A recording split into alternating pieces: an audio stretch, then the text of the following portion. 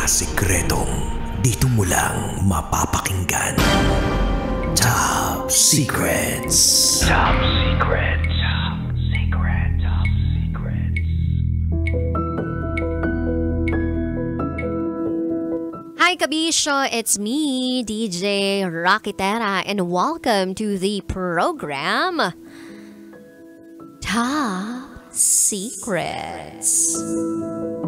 Ang programang hindi ka huhusgahan bagkos ikaw ay pakikinggan.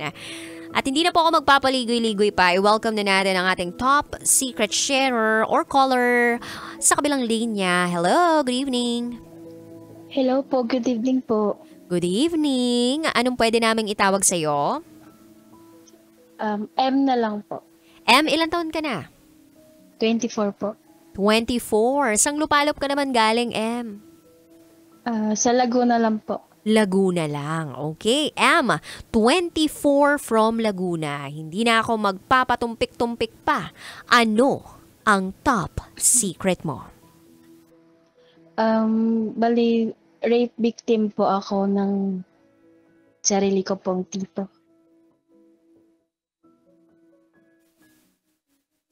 Rape victim ka ng sarili mong tito. Tama ba ako ng pagkakarinig? Yes po. Ilan taon ka nung nangyari yun? Actually, bata pa po ako noon pero hindi po siya mawala sa isip ko. Yet until now, dala-dala ko pa rin po siya. Etong tito Mga mo? 7 years old. 7 years old. Opo. Ito bang tito mo ay sa side ng mama mo o sa side ng papa mo? Sa side po ng mother ko. Sa side ng Mother ko po. mother mo. Kapatid Opo. ba ng nanay mo ito? Opo. Paano nangyari na ginalaw ka ng tito mo? Nasa iisang bahay ba kayo? Naglalaro ba kayo? Pwede mo, komportable ka ba na balikan yung alaala na yun? Just let me know, ha? Okay lang po. Alright. Paano? Paano nangyari yun? Kung may maalala ka. Nung time na po na yun, yung naalala ko po, nasa bahay po ako ng lola namin. Tas lagi po akong naiiwan kasi nung bata pa ako. So nung time na yun, nandun siya. And parang tinawag niya lang ako out of nowhere. Tapos ako naman, syempre, bata pa. Tumapit din po ako sa kanya. Like, parang wala lang po talaga na tinawag niya ako. Kasi akala ko meron siyang iutos or ano. Tapos, yung una po, sabi niya, halika. May gagawin tayo, sabi niya gano'n. Tapos nung mga oras na po na yon, sabi niya, pwede pang mahiga tayo? Sabi niya gano'n sa akin. So sa isip ko parang mahiga. Sabi ko, sige. Parang gano'n talaga yung ano ko. As in, wala pa talaga akong nagawa. That time kasi bata pa nga po ako. Tapos naalala ko po na naghubad siya. Tapos hinubad niya rin yung damit. As in, lahat-lahat. Tapos doon na po nag-start. Then ng panahon na po na yun, yung habang nangyayari yung ginagawa niya sa akin, naririnig ko yung boses ng lola ko na hinahanap ako, tinatawag ako, yung sa pangalan ko kung nasaan ako. Tapos sabi niya, huwag daw akong maingay, huwag daw ako sasagot kahit anong mangyari. And then, may nabanggit din po ako sa kanya na sabi ko, naiihi na po ako. Tapos, ang sabi niya lang, wag daw akong maingay habang tinutuloy-tuloy na po yung ginagawa niya. And, hindi lang po yun isang beses nangyari, kundi 2 beses. And, ayun, habang lumalaki po ako, as in, hindi ko po talaga nagawang magsumbong kahit kanino.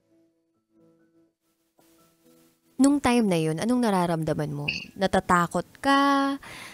Meron bang feeling na parang na-curious ka? Or pakiramdam mo wala kang kalaban-laban? Anong naramdaman mo nung time na yun? Takot po at ano din po na hindi ako makapagsumbong kasi baka hindi ako paniwala. Yung parang baka ayaw nilang maniwala kasi bata ako. Baka sabihin gawa-gawa lang, ganun. So habang lumalaki po ako, ganun yung nakatatak sa isip ko na ayaw ko ding masira yung pamilya namin, ganun. Yung tito mo ba, may pamilya siya? May anak at asawa ba yon? Wala po. Hanggang ngayon ba, nakikita mo pa rin siya? Opo. Pag At nakikita ko po siya, naiinis po ako minsan. Tapos nagpa-flashback yung nangyari. pero kinakausap ka niya? Kinakausap po, pero may time na nakakaramdam ako ng inis at galit. At hanggang ngayon hindi pa rin to alam ng kahit sino sa pamilya mo? Opo. Kahit na namatay na yung mother ko tsaka yung lola ko, as in hindi pa rin ako nakapagsumbong kahit sa lola namin. Hindi po. May mga kapatid ka ba? Meron po, 2 babae. 2 babae din. Opo. Mas bata po sa akin. Never ka bang nagkaroon ng pagkakataon na magsumbong kahit o maikwento itong naranasan mo sa mga kapatid mo o sa kung sino mang guidance counselor ninyo sa school ninyo? May times po na gusto ko mag-attempt, pero nandun yung feeling ko na baka magkagulo or what. Parang nandun yung takot. Nag-aalangan po ako. Sa ngayon, kumusta ka? Anong naging bigat nitong pangyayari na ito sa buhay mo? Anong naging impact ng pangyayaring to sa buhay mo ngayon? Takot po. Lalo na pag may mga nakakasalubong ako ibang tao, lalaki. Lalo pag lalaki, parang feeling ko may gagawin silang masama. Parang hindi po agad ako magtitiwala. Tapos, ayun, nagkaroon din po ako ng depression ng high school po ako. Buntik na po akong magpakamatay. Muntik ka na magpakamatay? Opo, dahil nga po sa, yan nga po yung... Naisip mo na tapusin ko na lang yung buhay ko nung time na yun, nung high school ka? Opo. Meron ka bang ginawa nun? Meron po, pero Hindi mo tinuloy? hindi po natuloy. Anong naisip mo para hindi mo siya ituloy? Yung mama ko po. That time, buhay pa si mama mo. Opo. Sa ngayon, kanino ka nakatira? Sa ngayon po, kaming 3 po ng kapatid ko yung magkakasama sa bahay. Kami na lang po yung, parang kami na lang yung namumuhay. Nasaan yung papa mo? Wala po. Hindi ko po kilala. As in, hindi ko po siya kilala simula nung pinanganak ako. Kahit pangalan or mukha. Hindi nasabi ng mama mo? Hindi po. Okay. Anong plano mo ngayon?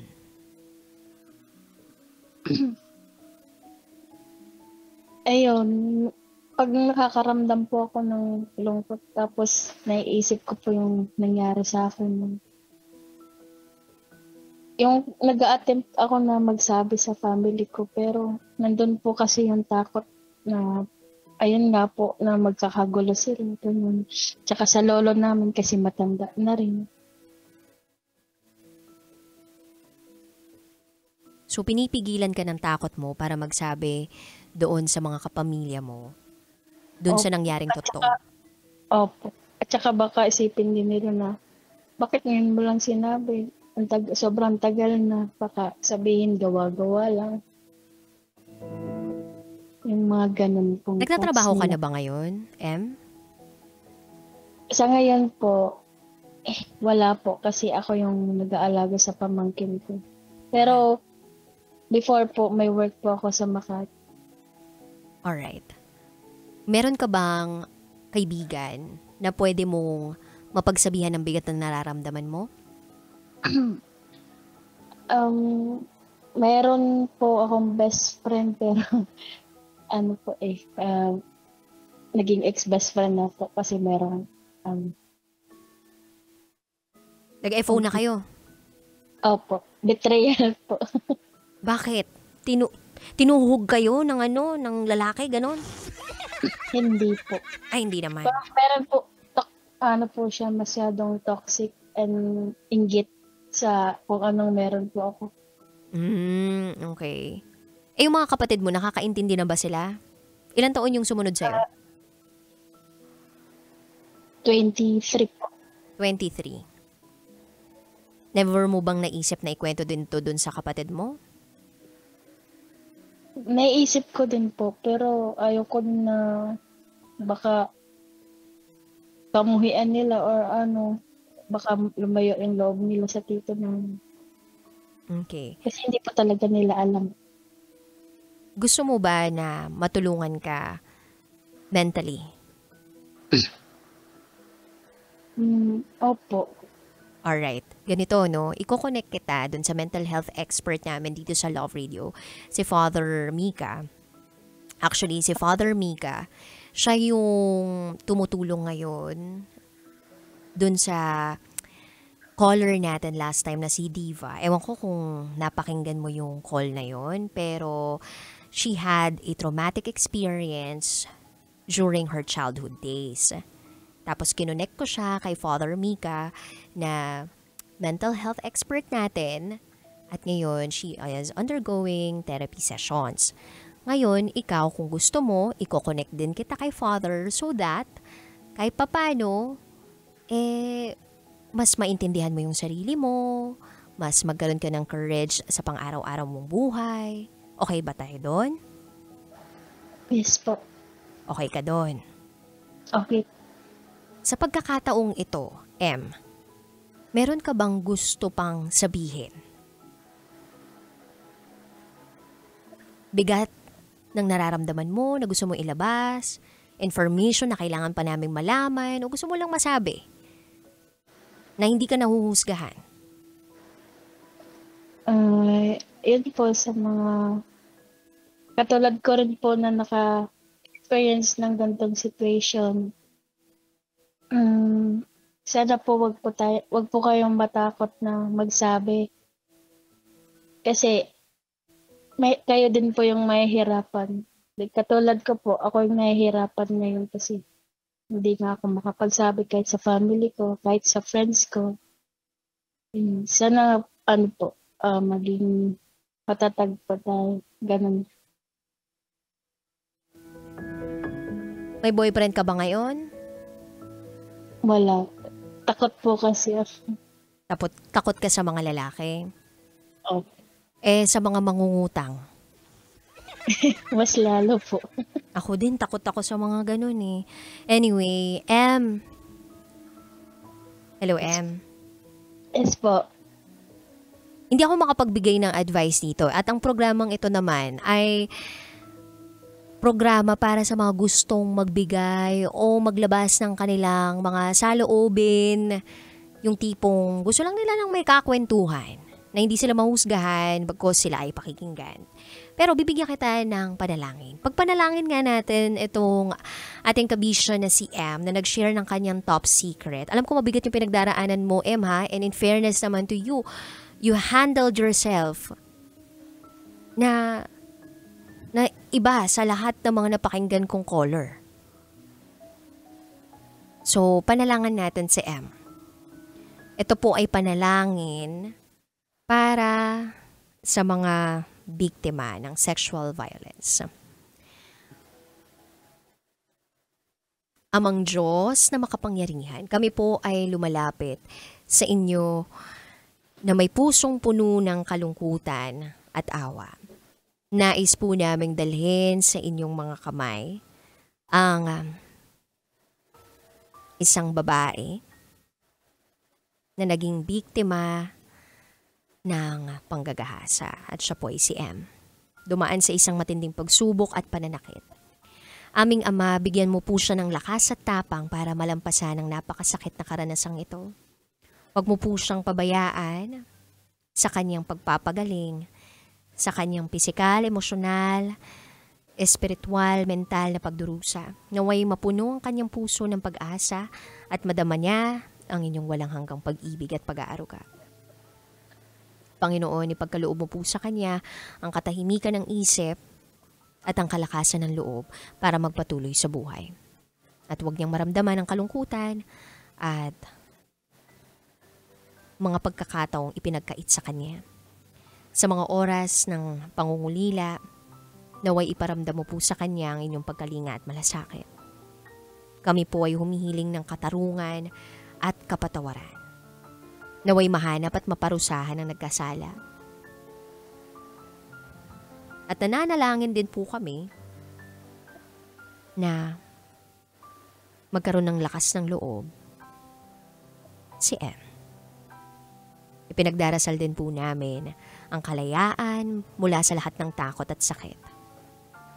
Gabayan mo po si M sa bawat hakbang ng kanyang pagbangon. At muling palakasin ang kanyang pananampalataya at tiwala sa iyo.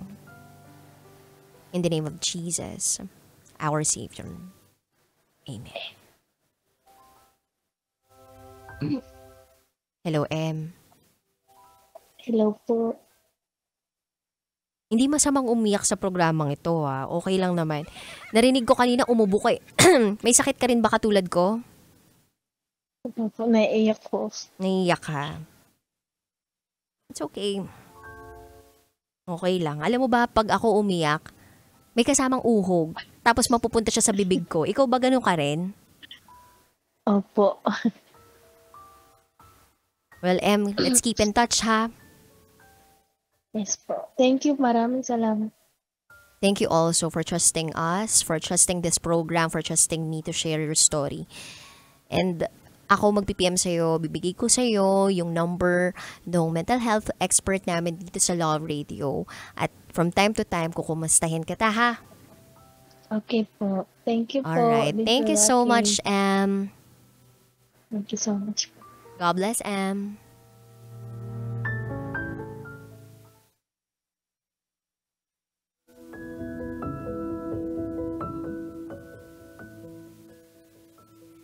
Ano kayang pwedeng gawing sanction? Sanction? Ano school? Ano kaya pwedeng gawing parusa para sa mga taong halang kaluluwa? Palagay ninyo, dapat ba ibalik na yung bitay? Dapat ba ibalik na yung silya elektrika? Dapat ba magkaroon na ng lethal injection? O kaya putulan nung ulo para hindi na makapambiktima? Ang sakit sa kalooban na makarinig na naman ng ganong klaseng top secret, sa totoo lang. Hindi ko maiwasan na hanapin yung mga magulang ng mga batang ito. Hindi ko maiwasan na i-picture out kung anong klaseng magulang yung meron nitong mga taong to. Yung mapapatanong ka kung sino ba talagang nagkulang? Yung magulang? Tapos sumobra yung tito? Kaloka eh. Anyway. If you wanna share your secret, kabisyo, pwede naman. Tawag ka lang sa aking programa. Ito naman yung purpose ng programang ito eh. Ang makapagbahagi ka ng yung pinakatatagong sikreto na hindi ka huhusgahan bagkus ikaw ay pakikinggan. And again, I am not a mental health expert.